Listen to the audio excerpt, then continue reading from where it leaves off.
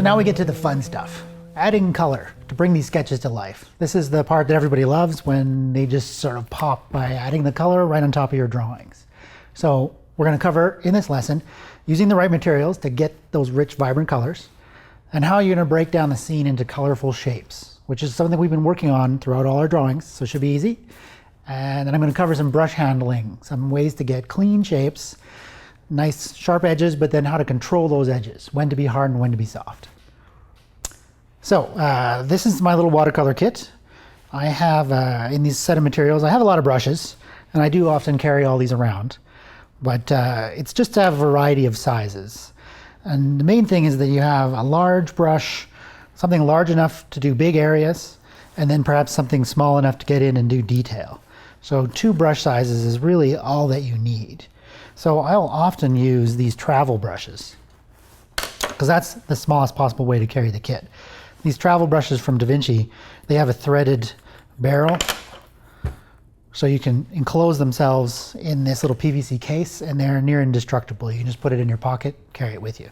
So that's a way to have enough. Just all you need is 2 sizes, one large, one small, and a little watercolor kit like this. And then I carry these tiny little bottles of water, so that I can work on my sketches, and as the water gets dirty, I just switch to another bottle. So that's how I keep my water reservoir with me. I bring this miniature set of colors, which is a set of pan colors. This is a Winsor & Newton kit, but you can get the kit from other manufacturers. And then as I went, I just added more colors. So I'll use tube colors to fill up what's in the pans. And it's important to use, I prefer tube colors, and you have to use artist quality tubes. The preset pans are fine if you get the artist grade material, but they're a little drier. So with the tube colors, I use a spray bottle. This is like a little mister, atomizer.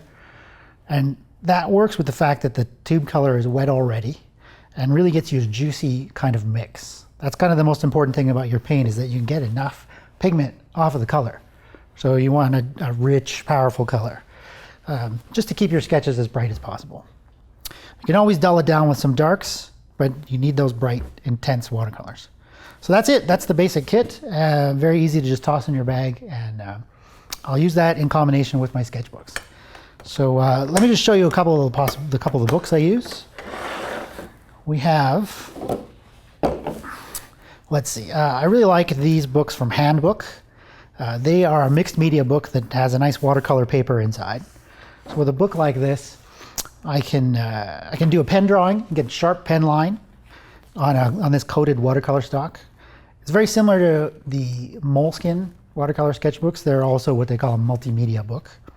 So I can get a pen line, but I can also do wash on top of it. And when I'm doing my watercolors, you know, just as we did with our shapes and our textured fills, filling them in with ink drawing, I'm filling in with colored shapes. And I know I'm going to get these interesting washes with color variation, and I'm going to accent the drawing as I go. So I want a book like this where it'll take a lot of water. That's really the main thing, that you can make a big juicy shape and poke those colors in. I'll show you that when we get to the painting. And the color will flow nicely on the page, like a patch like this. See how much color bleeding, intensity of blending you get? So that's why you need a good multimedia book, like a handbook like that. Or as I say, the Moleskines. And they'll let you do a pen and ink drawing that you can tint with color, or eventually we'll get on to just doing painting in a book like this. So that's a useful part of your supplies that you'll need to upgrade to. So, on to doing some of these paintings. So, you remember these example single line drawings that we did up at the top, the lighthouse? And I was talking about how when we do the drawing, we're thinking about breaking the world down into this horizontal line that makes a horizon between land and sky. That's so that I can see the 2 big shapes of what is the sky and what is the ground. Right? And I was talking about how we do the darks with the brush, and that is the simplest kind of painting. So that when we lay the tint on top, it's going to work together. And this is how it goes. So the color washes are going to sit on top of the line drawing, but they clearly work together. All of the detail is in the pen and ink work, the little windows and fences, but all of the life and the vibrancy is in the color. So that's what I love about watercolor and drawings. They go together perfectly. It's a perfect marriage. It's the most portable way to work, very compact. You only need this little set, but you can really make a scene come to life. Like in this drawing of these cliffs, it might not even be entirely clear what you're doing, but you're outlining these shapes, and someone might not even really get what they're looking at until they see the color. And then we have the land and the sea and the sky, and it's just really much more exciting. And you have the opportunity to make these effects like the waves with the soft things. The watercolor can make soft effects, whereas the pen line makes, of course, sharp details. So yes, the two media, they really are the perfect complement.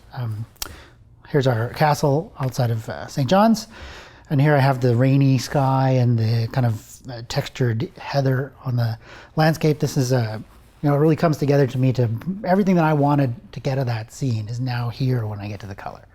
So it's all, I really love the way it just works. So the thing I want to get across about this is making these paint washes. All these shapes, they have all this interesting variation inside. So let's demo that. So I'll go back to my first one. So the thing about the shape when you're working with watercolor is just as we did with those pen and ink shapes, where we created texture with the pen marks inside a mass, or where we built the masses. Remember I talked about the boot print analogy, that we grew the wash. So we're going to use the wet shape we do with watercolor in the same way as we did with the brush pen. You're going to grow the shape out and then make that interesting variation. It's like the same psychology as our pen drawings, except done with color. So brush-wise, I like to start with a big brush. I mean, these are not huge, but they're large for the size of these drawings. And I'm just going to go in and wake up the sky. So whenever you make a shape, you have a certain amount of time before the water begins to dry on you. So as your watercolor goes down, that's the open time, sometimes they call it, on your paint, the amount of time you have till it dries. So each wash is alive for a certain amount of time. So I like to think about my shapes. I'm just wetting this paint, getting enough liquid together to get going on the sky. I like to think about my shapes one at a time, almost systematically, that I'll do the sky and really be done with it as much as possible before I move on. So as I lay those shapes down, I'm just growing outwards from these edges like I was doing with the brush pen. And you can see the watery wash begins to puddle on the paper. And every time I go back for some color, I'm tinting a slightly different shade. So I might go back and get at some of this lavender color and just inject that a bit into the wash here and there. So see that shape, this kind of cloudy mass? That is a wet on dry shape. And you've made an edge between the areas that you've put paint in and the areas that you've left out. And of course, your drawing is there as your guide. It's very helpful while you're working. And whatever you do to this shape, it's going to work inside the water. So I can modify with another patch of color. I can join up my wet area with a little more water. And see how it all flows together nicely? So when I add pigment to that wet area, that kind of bloom will occur. So I'm going a little slow here while I'm trying to demonstrate this to you. But the process is to get a nice clean shape. So you're thinking very carefully about the edge, but to allow that edge to be the drawing, and inside that shape, anything goes. So I'll just say that a better way. The edge of the shape is drawing, inside the shape is painting. That I want free-flowing color variation inside, but I want a nice sharp descriptive edge outside. So I can remember I talked about this with the pen and ink as well, that when I make a shape that I might be most concerned with how the edge varies, how the transition from a solid shape fades off. So I'll go and I'll maybe draw some details into the clouds, or be concerned about how the water follows along this building. So I'm drawing with the outside edge of the wash and letting the paint do whatever it does naturally inside. I might even be quite random with how I'm adding color. As long as it's inside the shape, it's going to blend. It's going to blend nicely. So that's my sky. And then let me just touch the ground. So this was done with a base of blue. Each color, you know, the sky's blue, the ground, grass is green, right? So each color starts with a base. So I started with cerulean blue for the sky, and here's some sap green here in the landscape. But every time I want to move along growing that shape, as I'm expanding out from one side, I'll go and alter that home color. This principle of my bright green, my grassy green is kind of the base home color. But see how when I add other color variation as I grow out the shape, maybe some, that was Naples yellow. Here's a little iron oxide, kind of a reddish, very reddish color. But I'm trying to weld those shapes together. Stitch one bit of green to the next bit of yellow and make all those interesting things that are happening in the grass occur. See how we've got this, if we think about the dried areas of the grass, nothing in the grass is a hard shape. So that's what we did with the pen line originally. We sort of mapped out for ourselves where are the parameters of where are the edges of the shape. Nothing in the grass, inside the grass is hard, but between the grass and the rock, or between the land and the sky, that's where we have a rigid edge. So that's kind of when I talk about clean shapes. That's one thing. And then here I'm just going to get going on the edge of this. This is another aspect of when I'm talking about clean shapes, that you want to think about where does a shape end. So the ground here, and that's kind of the bottom of my scene, right? So inside that shape, I might want to leave this interesting little white flecks behind, but on the outside edge, I want to get kind of a sharp edge. So I have a nice transition between my sketchbook page and, maybe perhaps I have more than one drawing on the page, or, you're finding different ways to frame the environment. So there's two shapes in there, and it's just a matter of working shape to shape to shape, kind of building as you go. So what's the next largest thing I have in here is perhaps this rock. And I like to treat each shape kind of one at a time so that I know that I'm going to get to it while it's wet. I don't want to run out of time. If I start to lay this down and then I move to the lighthouse and move to the house and then come back to the grass, by that time it'll started to dry and it won't blend so thoroughly. So when making sure you get everything you want out of an area while it's wet is part of this principle of going shape to shape to shape. So here, I'll just lay in the roof there. So yeah, that's the, you see the magic of it, where you're letting the water do its thing. You're getting effects inside the water that you couldn't create by drawing them by hand. These kind of blending transitions, or a spotch of color or a little bounce back from an edge. This is not the kind of shading that you can make like with a pencil crayon. The water is doing it for you. As long as you control where the edges of your shapes are, all that blooming inside is going to work. And the drawing is holding all of it together, making all the descriptive stuff. Here's a house and the lighthouse. So it's that big, beautiful mix of abstract and specific that I love about tinting sketches. So let me just show you a bit more of this. I just want to make sure that it's kind of clear, this ability to make a shape. So I'll do it again with the sky. But you can, let's go with a larger brush. You can make a shape, really get the water and the color to mix together. And then whatever you want to do, as long as that shape is wet, it's alive. So if I want to get a bit of a glow along the horizon, it's going to intermingle. The edge of the shape is respected because this is where the dry paper kind of makes a nice barrier for me. So I'm drawing with that outside edge, but inside that edge, I'm letting the paint do its thing. Yeah, that's it's really the magic of it. I love it, how that works. Let me show you again. Let's see, I'll get a bit of this. Get a bit of green going on here. Whoa, that was a lot of paint.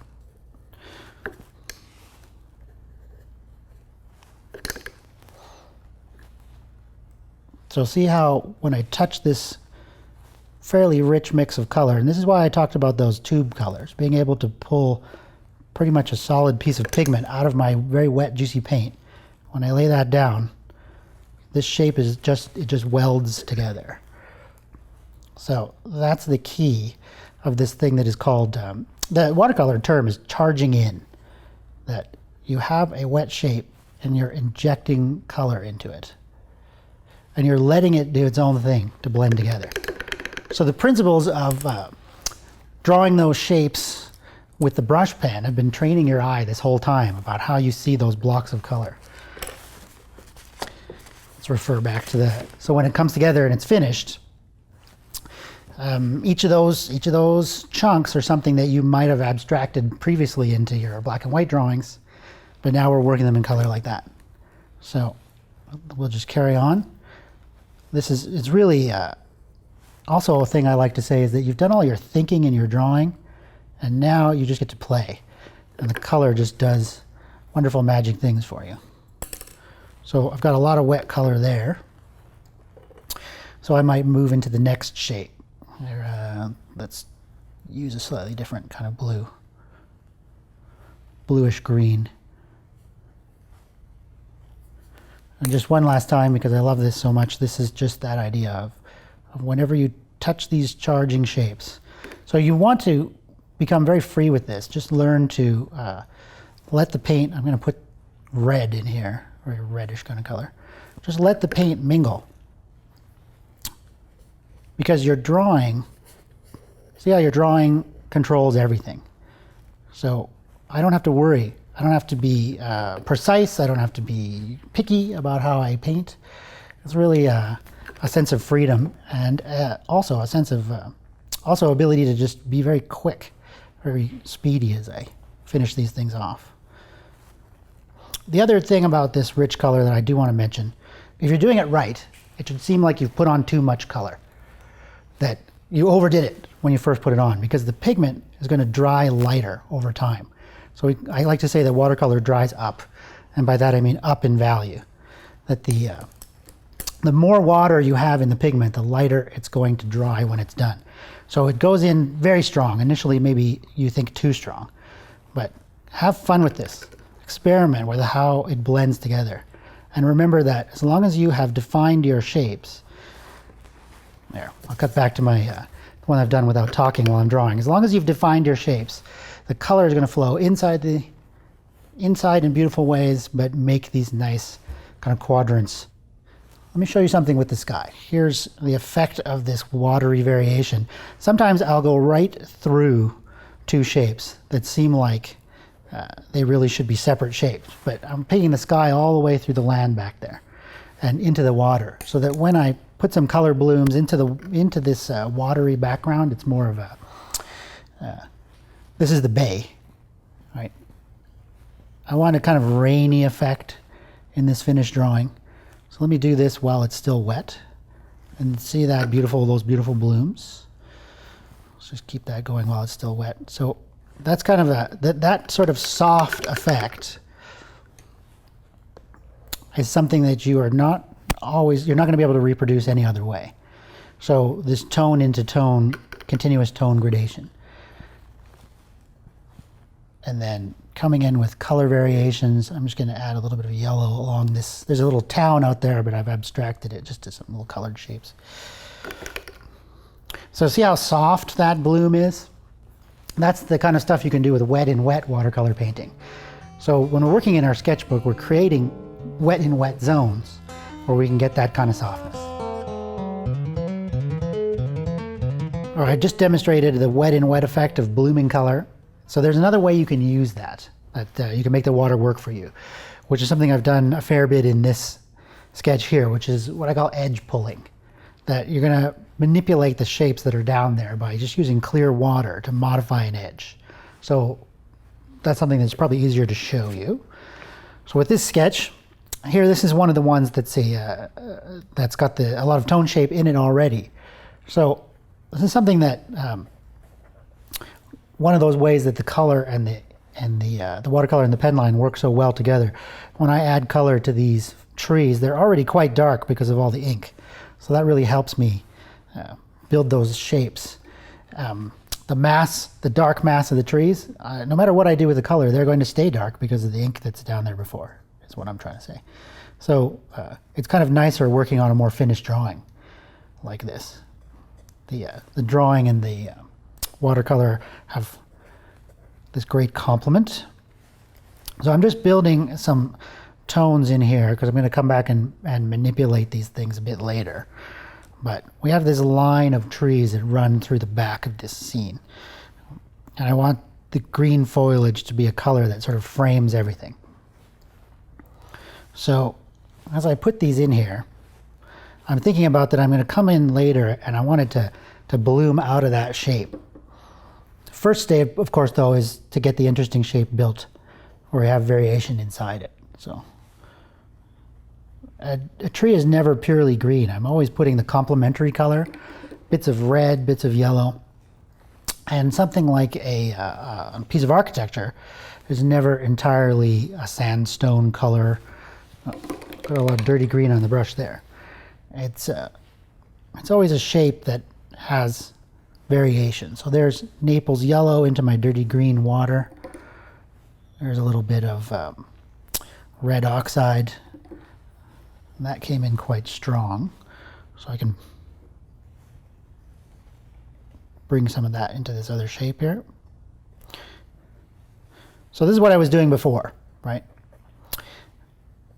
Now, in this area of the drawing, I might want to use some of this edge pulling. So I have this colored wet area, and it's like a reservoir of color. So if I clean off the brush and just go to clear water, wherever I lay wetness, I can pull out that shape. It's just like I'm drawing with my bead. This, they call it the bead. This chunk of wet material. You can pull it out and make it move along the page like this. So see how I'm using that reservoir of ink, or of paint in this case, of pigment. That's one way that I can modify those shapes. I can still charge into these like I did before, and it'll flow along these little tiny lines that I've made, the pigment that I'm charging in. I'm trying to make the slats in the fence in this particular case, or maybe I want to make shadow gradation under this eave here. These little small marks, as long as they join up to the reservoir of color, it'll continue to flow down. See how it just flows down those little bits. You're giving the water, you're using clear water, or clearish, in this case my water is a little dirty, you're using clear water to give yourself a direction that you want it to flow in. So I put a bit of tone in there, and then when I come back for this clear water, I'm just going to let it settle into that. So that there wasn't a lot of pigment in there, so it's not going to move very quickly. But over time, it's going to flow in that direction of that clear water. So it's like drawing, doing an invisible drawing in water on top of your sketch so that you can move those little reservoirs of paint around. And that's very similar to what I was doing with the water-soluble ink drawings, right? How when you did your pen and ink drawing, and you made your hatch marks, and then you came in later and blended those out. So this opportunity to put down a little bit of water and then control where it goes. You just think about, or put down a bit of pigment and then control where it goes. Think about how you can use the direction you want it to flow in. So if I want that patch to move down, I give it that reservoir and it'll bleed in that direction. So that's just a way to subtly draw with the edges, but I can also do that on a larger scale. So say I put a fair bit of green into this tree. Before I was talking about treating each shape as its individual area, like I would do the sky and I would inject that color into it. But here, maybe I want to make that tree come into the sky. So when these two edges are wet, I get back to here before we're done, and one blooms into the other. So by coming along sooner, I can get that color to lift out, right? And I can sort of create those opportunities intentionally by putting down reservoirs of paint. And then coming back in with my sky blue. So I want a real tropical storm kind of effect for this particular scene, I think. So when I come back and let these two shapes touch, the already wet pigment is going to cross the line. So sometimes you want that hard edge, and sometimes you want that blooming softness.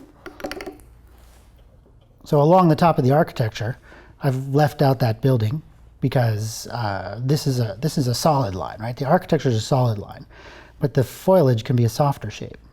Let me get some, I'll put a shadow color here. I just want you to see what I'm doing with the paint. So I got to get enough pigment down here. If I get a reservoir of color there, and really get some clear water going on it. So see, when I touch it, how that reservoir just blooms in that direction. That kind of soft transition. So this is how I think about my shapes interlocking. So when you want a hard edge, you can't let it touch while it's wet. But if you want a blooming softness, then you have to kind of plan ahead that I do that area and then I come back and let the two wet edges touch. So when does a wet edge touch and when an edge stays dry? It's part of the planning of how you attack your shapes. So that's some edge work. Yeah. So for your homework, you're going to be able to go and paint some of your sketches. If you've been working on a good paper, you can really probably work over top of your old sketches, but you might want to pick up a multimedia sketchbook or a pad of watercolor paper and try some of these single line and cinq set drawings where you're planning those shapes that you can tint later. And just utilize all those techniques. Think about making the big shapes, growing a wash with color variation as you go, charging in, and when do wet edges touch? And when does it have to stay dry? So good luck with that. And in the next lesson, I'm going to talk about strategy, something I like to call sketch collecting.